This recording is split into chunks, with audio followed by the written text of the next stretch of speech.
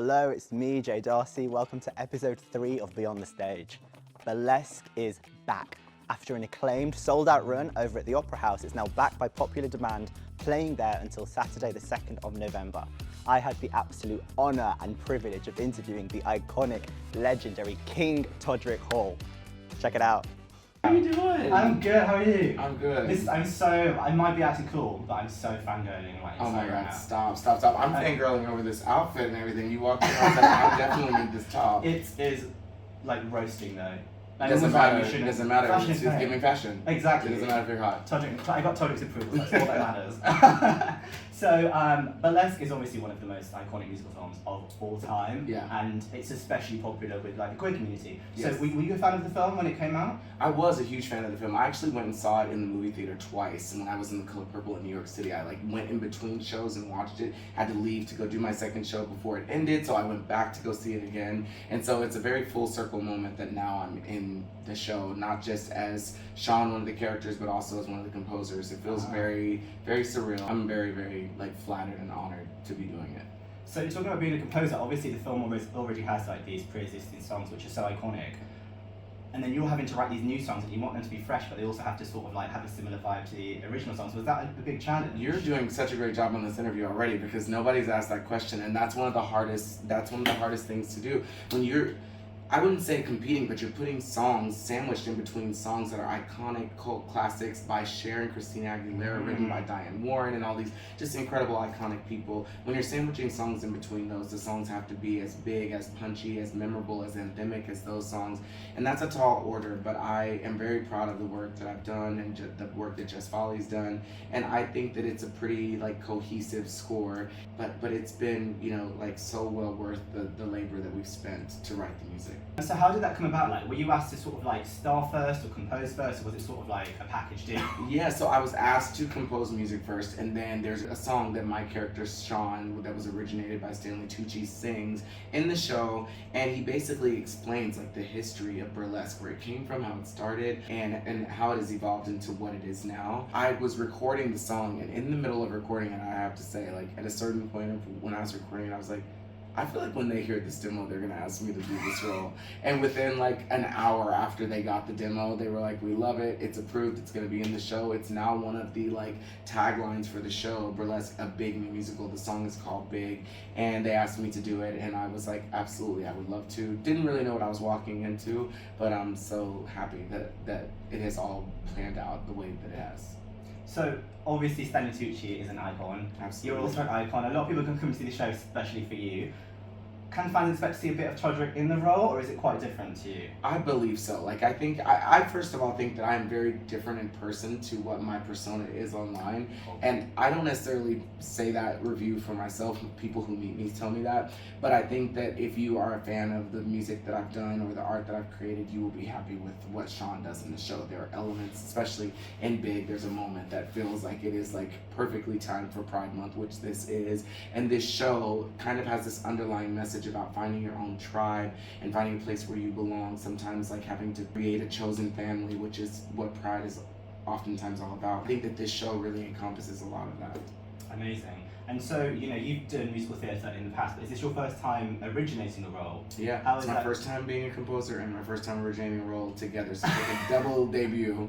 It's been really cool. It's interesting to be able to play and for you to be able to say in the room, what if I tried this? What if we tried that? And the fact that, last Saturday I wasn't here, and my understudy Ian Oswald went on and did an incredible job. But it's really cool for me to be this is what I'm doing. You take this and run with it yourself.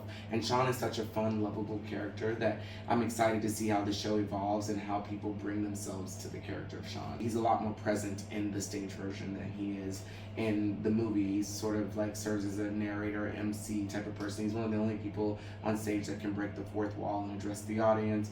And so it's just a really, really good time. So obviously this is your focus for the foreseeable future. You've had some amazing other roles in the past, like Lola in Kinky Boots. Yes. Is there something else, like a role in an established musical that you would love to do? I'm sure Lola was like a dream role, but is there anything else? Okay, so I would love to be Fiyero in Wicked. That's my number one because I'm the biggest Wizard of Oz fan ever. I would love to play the Scarecrow or the Tin Man in a production of The Wiz, also Wizard of Oz themed.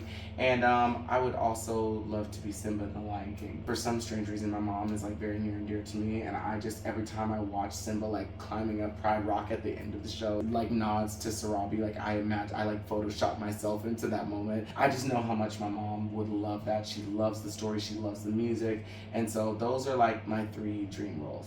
You'd be incredible as all of them. Thank You'd be you. incredible as anything. Oh, stop! I can't take it. I would absolutely love to do those things, and I'm very hopeful that some version of those happens. I've kind of stopped trying to like, play like the puppet master of my own life because it never ends up working out the way you plan for it to. I always wanted to be on Disney Channel when I was growing up, and then I never got to be, and now I play a character on Muppet Babies, and I'm like, well, technically I got what I wanted. So like, you're a Disney princess. I'm a Disney. I'm a frog on Disney Channel, but I'm still on there. Yeah. It's just a really cool thing to watch how you can dream and wish and manifest, and things happen in the way that they're supposed to. So amazing. Yeah. Everything happens for a reason. Yeah. Well, speaking about The Wizard of Oz, your album Straight Outta Oz had an anniversary recently. Yes. What was that like? 8 years old. My baby's 8 years old. Crazy. It's very cool. It's very strange. There's a girl in the show that was like, I danced to your music when I was like 11 or 12 years old, and I was like, don't tell me that. That's not possible because I'm only 16, first of all. I was like, this is just crazy, but so many people in the cast were like, we did routines to your songs dancing, because my songs are pretty popular in like the dance competition circuit. It just feels very surreal that it has been almost a decade of my favorite album. It was a labor of love, like a huge risk that I took and betted on myself, and spent a lot of money on a project that I didn't know would have any return, and I'm so blessed, and I didn't even know until my fans started tagging me and things. So yeah, I'm very grateful, and I'm happy anniversary and happy birthday to Straight Outta Oz for any of you who've watched it. It is incredible. It is fabulous. And then lastly, you recently performed at Shaka Khan's Meltdown. Mm-hmm. So for those of you who don't know, Meltdown is like the country's biggest artist-created festival, and the South Bank Centre, I think, is Europe's biggest arts venue. So Meltdown's a big deal, and you were handpicked by the Queen of Funk Yes. to take part in her in her festival. What was that like? It was so surreal. I was doing still 8 shows a week here, and it happened to land on Sunday, so I got to pop over to London and do it, and the audience showed so much love. It had been a while since I'd done my own thing because I've been so immersed in burlesque world, but it was really cool. And Shaka Khan and I go way back. We did The Color Purple together in 2007. She was Sophia, I was in the ensemble, and then she started coming to my shows. We have a song together called Fabulosity, and so I was just so grateful that she chose to have like a queer artist there, and somebody that she knows and has collaborated with. It felt like her list of people that she curated for this festival was really, really handpicked by her, and I think that that's when it's at its finest, when you're like, I think this person actually curated this group of people intentionally. So It felt I love authentic. that. Yeah. Yeah, it was incredible to first lineup. I got to meet Shaka after the show, and she is lovely. But I was wearing like a wig, and it fell off as I walked away from her. And That her could jaw not dropped be to more the floor. iconic, honestly. She'll remember me, yeah? Yeah, she'll never forget that. One more question, if that's alright. Okay, yeah. How would you describe this show in like 3 words? I would say that it's big, it's sexy, and it is heartfelt.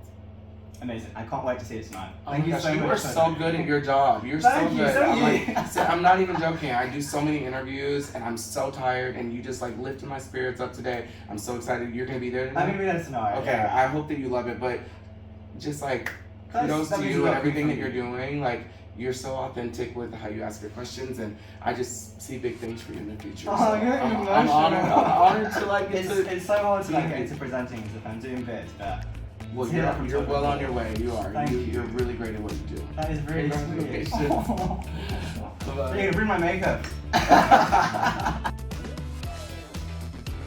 So we've had a few questions about Access and how to get involved with our Access scheme. So I thought I'd have a chat with Izzi, who is our Access and Marketing Officer. So talk us through your role and how did you get into it?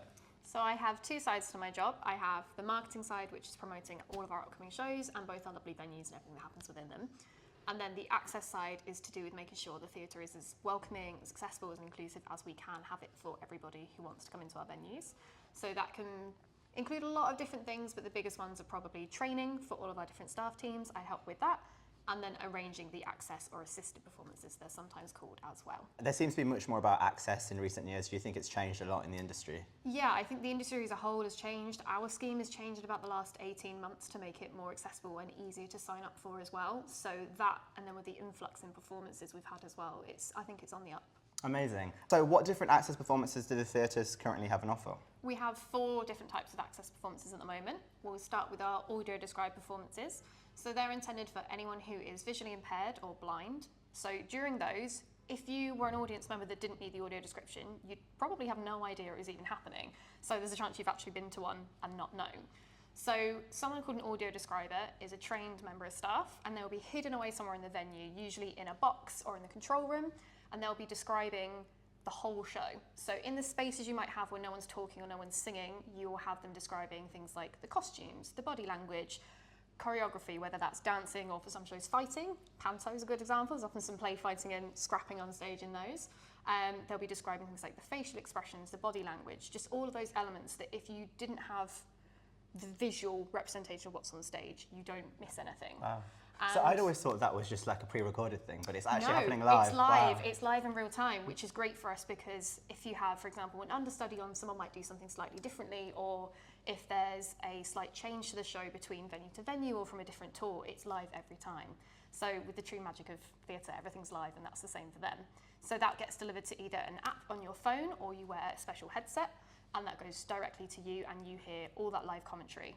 And with an audio described performance as well, we often try to do touch tours. So that's a separate event where anyone who's going to be listening to the audio description comes to the venue ahead of time, usually about half an hour before we would open, and you get to hopefully go on stage and you get to touch different bits of the scenery, bits of the set, bits of the props, bits of the costume. And that is amazing, not only because you get to physically feel the weight of some of them sometimes, you don't really realise how heavy some of the costumes are, but you also get to have that real depth of understanding what's going on. So you can have some really intricate things. It could be things that are sequined or things that someone's got to hold or carry, or if there's something that can be quite difficult to describe, if you're trying to get someone to picture what something feels like or looks like or might sound like as well, it gives you an idea of what that's going to feel like before you start the performance, and it gives you a better idea of what's going on. That sounds amazing. I think a lot of us are so privileged not even have to think about these things and how it can be difficult for some people to, not be able to understand everything, see and hear everything. So I think it's amazing that you do that. It enhances the whole atmosphere as well. Yeah. The next kind we have is our British Sign Language performances. So a trained British Sign Language interpreter will stand at the side of stage, and that can change sides. So we always let people know which side that is.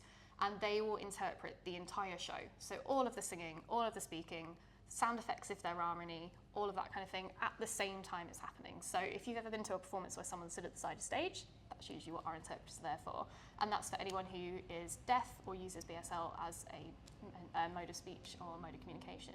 So do they literally just listen to what the actors are saying and just... There's a lot of prep beforehand. Right, I always wondered. They will be sent the scripts, we will get them in to watch the show. Sometimes there's an archive recording, so a video of the show from when it was last performed, and they do all of that prep work, and it can take months for some of these performances, and then they do it live on the night, and then they disappear again, they'll go on to do the next one. It's really amazing to watch. We have people who come to watch a sign language performance not needing the interpretation, but get so distracted because it's so amazing to watch that they then remember they are actually watching the show as well, and it's great. 2 shows in one. Two for shows the in price one, of one. and we've got the Book of Mormon that's just been around as well, so certain shows that might have maybe a little bit ruder language in, you often see people's heads quickly have a nudge over to the interpreter they want to say. Maybe some of the naughtier words as well. Really I was interesting to at watch. Manchester Pride recently, and there was a naughty song, and it was very funny watching the interpreter As interpret much that. as we love people to learn all methods of communication and useful signs, it is definitely something people do enjoy Definitely, watching. yeah. We then have our caption performances, so there'll be a caption screen at either side of the stage, and similar to BSL but this time in text, it will be all of the speech, all of the sound effects, all of the music, and it will also show you who's speaking as well, so it will have the character names side by side as well. And that's again done live by a captioner who's hidden away as well, so they'll be sat there making sure everything runs to time, so that way again if we have understudies or something goes to a slightly different speed, you've got that to allow for it as well. People think that's often just for deaf or hard of hearing people, but actually it can be used by anyone. A lot of us watch subtitles when we have our TVs on. It can be really useful for anyone who's got a auditory processing disorder, for anyone who's maybe English is an additional language for them. And sometimes stuff is fast.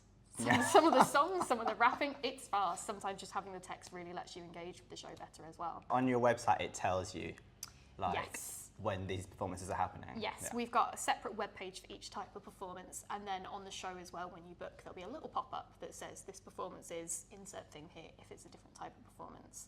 Finally, we have our relaxed performances. So some people might know those under a different name of autism-friendly performances. Cool. It's a very similar thing, but they've just changed the name a little bit. And again, that's to reflect all the different people it can benefit. So it can benefit those with an autism spectrum condition. It can benefit those who, for whatever reason, might not like loud noises or big sound effects or things like flashing lights and strobe as well. All of those elements are removed from the performance. And we also turn the sound down a little bit as well. And if there's something that's got a particularly scary scene, that might be edited slightly, or just maybe it's acted a little bit less of an intense way, so it's more enjoyable for everyone. People can move around the theatre during that time. They can come and go as they need. We have a chill out space where we'll have things like fidget toys, water, bean bags, that kind of thing. So if you need some time away, you can go away, you can come back in. And the biggest thing is there's no judgment about that at all. We want to make sure everyone enjoys the show as best they can. Fantastic. Because I'd imagine sometimes some people might feel a bit like they're irritating other audience members near them if they need to move around and stuff. Yeah, which is really sad because we want to make sure theatre is for all and everyone Of can course. access this. So everyone at this type of performance knows not only is it acceptable, it's very much encouraged. Yeah. And it's quite interesting, you see at some relaxed performances, parents with younger children as well, or people coming with younger children because it's their first time and they don't know if this child is going to be capable of sitting there very nicely and politely for 2 hours, especially if it's their first time in a venue. Yeah. So that can be a really nice experience for them as well, is just having everything a little bit more of a relaxed environment, that extra little bit of calm, slightly less chaos happening, and then they can enjoy the show as they need to. But it's basically what you do is just you want to make theatre as accessible and open to everyone. That's the dream. So That's that what we're everyone can come and see striving for. theatre. Absolutely. Fantastic. So how does one find out about the Access performances? All of our access performances are listed on our website. There's a dedicated webpage for that. There will also be a pop-up on some performances, so you'll click on the day you want to go to and there'll be a little thing that pops up and says this performance is, and it will tell you which type of performance it is, and it will give you a really brief overview as to what that means. So what we were saying earlier about there may be people using a headset or there may be an interpreter, just really nice and easy so you know. There's also then a dedicated page for our Access membership scheme. So there's a few reasons why you might want to join the scheme. Some of them are it lets you let us know if there's any requirements or needs you may have come into the venue. So that could be something like you need a wheelchair space, or you'd like to sit somewhere where there's not too many steps, or you need to sit on an aisle for whatever reason. It could also be something like you need to see the interpreter. So the best view for the interpreter will be in a certain section of theatre, or the caption screens as well. You need to sit in the best place for those. So we will have reserved seating areas for that those people get to book first. It also means that if there's anything you want to let us know about, so you may have a condition that means you need to leave intermediately, or you might want to have a chat with our first aid team as well if there's something you want to make them aware of and make yourself feel calmer that should something happen, people are ready to help you. There's all of these different things. And we also have the dedicated Access email address and telephone number as well, so you can get in touch with us those ways to let us know of anything you want to know. So it's a really helpful scheme, and another benefit is you do get the Access concessionary rate as well, because we recognise that can be a barrier for some people. Great. And have you got anything exciting coming up regarding Access? We do. So we have Ooh. the launch of our new sensory bags. So these are Branded, of course, of course. So have a rummage, and we'll talk through the items in there. Should I just pull something out? Just pull something out. So we have some fidget and stim toys for anyone who wants to help keep themselves occupied, and for some people can calm them down as well during a performance. You're already having a great time with that one. I love it. So we've got a few things like that in here, and they're all nice and quiet. We also have some communication cards. So for anyone who may be non-verbal or may want to communicate through different means, we've got some different key things that you need when you come into a theatre. And it just gives people a different option to communicate with us. So that's, again, just helping people enjoy the theatre in the way that's suitable for them. Yeah. Got some ear defenders, because for some people it can just be a bit loud or it can be a little bit overwhelming. So they help just calm everything down a bit for you. And this is all in a bag, so it can be nicely given out to you, and then you give it back at the end to a staff member or the place where you were giving it out at, and it means someone else can enjoy it the next time. So we're really excited for these, because it just means more people are going to be able to have the resources they need to best enjoy the show and feel most comfortable. Anyone just ask for Anyone them? can ask for these. You know, fantastic. we don't need to prove anything or tell us your entire medical history or anything like that. It's just, please can I have, or what do you have available that can help us? So these, along with things like just a quiet space. People might need a quiet space for a wide variety of reasons. They can ask us for one of those, and whenever we can accommodate that, we absolutely will. So it's just a case of knowing that these things are here to ask for and that staff are ready to help you as well. And the other thing we're really excited for is the next big batch of Access performances will be for the pantomime. So we have 3 types of Access performances of pantomime. We have audio described, British Sign Language, and our relaxed performances. And we even got the cast involved in those as well. So there'll be some videos, and it'll be the cast explaining, as we've done today, what those different types of performances are, what happens, what you might need to know about them, who you can get in touch with, and when they are. Obviously, quite a key important one. And it's really nice because a lot of the shows and a lot of the casts we have throughout the years have always been really keen to get involved. They want everyone to have a great time.